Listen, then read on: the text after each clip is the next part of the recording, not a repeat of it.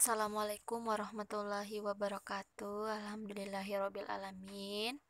Bagaimana kabarnya semua Ananda Soleh Soleha? Semoga semuanya dalam keadaan sehat, berbahagia dan bersemangat. Amin amin ya rabbal alamin. Oke, semoga hari ini kita akan melanjutkan pembelajaran kita mata pelajaran IPS pada hari Selasa 18 Agustus 2020 bersama dengan Bunda Asia. Sebelum kita mulai pelajaran hari ini, Ananda Soleh Soleha silakan semuanya Bu, kita doa bersama-sama ya. Bismillahirrahmanirrahim. Rabbi zidni ilman warzuqni fahman. Rabbi israh li sadri wa yassir li amri wahlul 'uqdatam min lisani yafqahu qawli.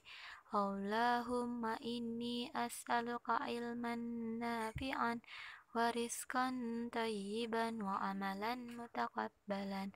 Amin. Silahkan dibuka bukunya halaman 10. Kita akan belajar tentang potensi sumber daya alam Indonesia.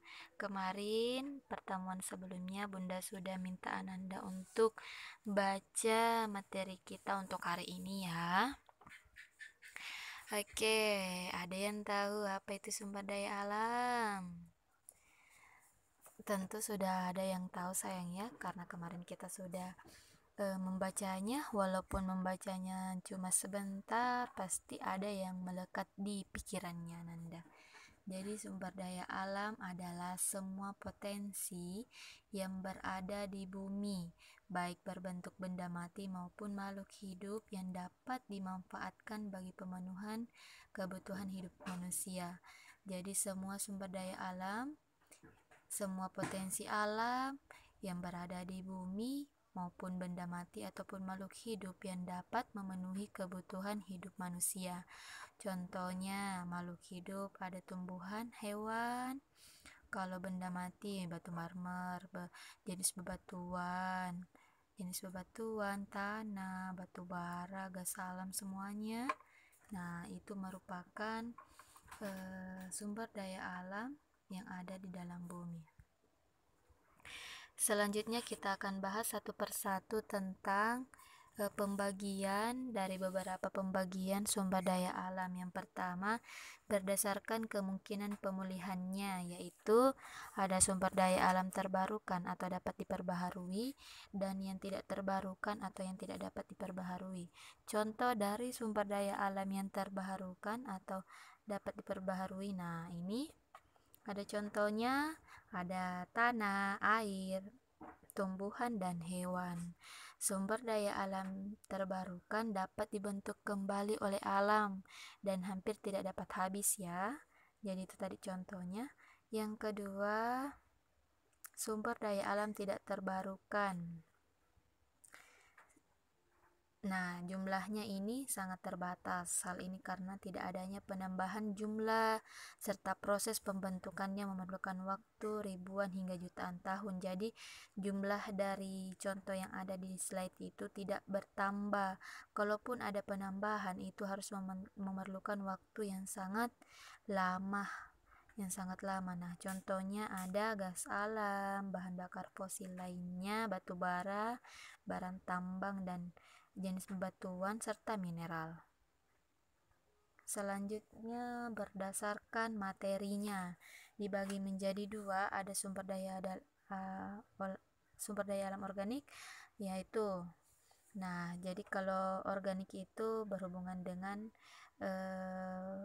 kehutanan, pertanian, perikanan, peternakan. Jadi itu contohnya berasal dari hewan ataupun tumbuhan ya, organik. Yang kedua anorganik atau non-hayati. Contohnya, nah tanah, mineral, gas alam, batuan.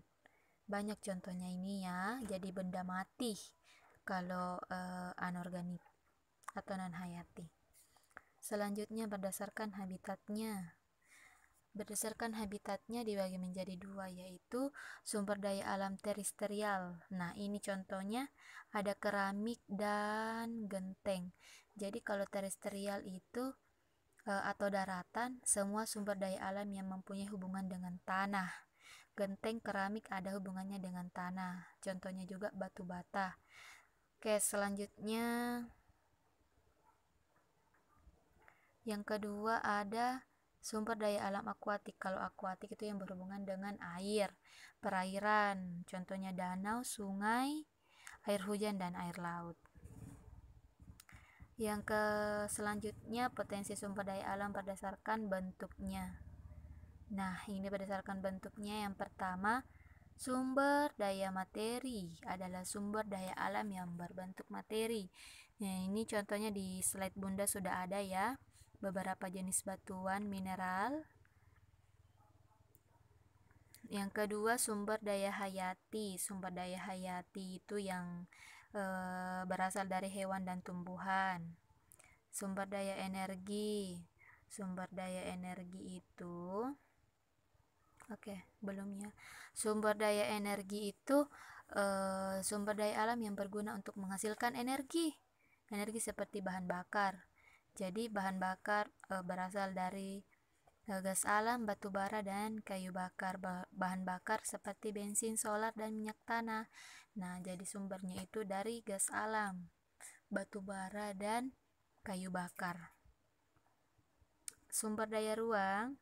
Sumber daya ruang adalah ruang atau tempat yang diperlukan manusia untuk memerlukan aktivitas hidupnya. Nah, ini sebelumnya sudah kita jelaskan pada pertemuan pertama. Yang kedua, jadi ruang itu tempat aktivitas manusia ya.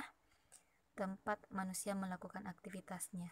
Yang kelima, sumber daya waktu. Sumber daya waktu itu keberadaan sumber daya waktu terkait dengan pemanfaatan sumber daya alam lainnya. Contohnya, air sulit didapat pada musim kemarau, sehingga perkembangan pertumbuhan tanaman pertanian menjadi terganggu. Jadi mereka saling berkaitan ya. Selanjutnya, berdasarkan daya pakai dan nilai konsumsinya. Ada sumber daya alam yang tidak cepat habis. Contohnya intan, batu permata, dan logam mulia. Jadi kenapa tidak cepat habis? Karena jumlah konsumsinya relatif kecil, nilai konsumsinya jarang dipakai, maksudnya ya, jarang dipakai secara berulang. Oh, bukan, maaf. Sumber daya alam jenis ini dapat dipakai secara berulang. Oh iya, dapat dipakai secara berulang. Jadi permintaannya sedikit, Ji. Jadi tidak cepat habis karena dapat dipakai secara berulang. Yang kedua, sumber daya alam yang tidak cepat habis, yang cepat habis. Nah, kalau ini pasti nilai konsumsinya relatif besar karena sulit dipakai berulang, sulit didaur ulang. Contohnya gas alam, bensin, ya. Nah, itu pembahasannya Bunda. Selanjutnya kita akan mengerjakan tugas untuk hari ini. Nah, ini tugasnya ya. Potensi sumber daya alam Indonesia. Nah, potensi sumber daya alam Indonesia itu dikelompokkan menjadi beberapa. Yang pertama, maaf ya, gambarnya tidak tampil ternyata.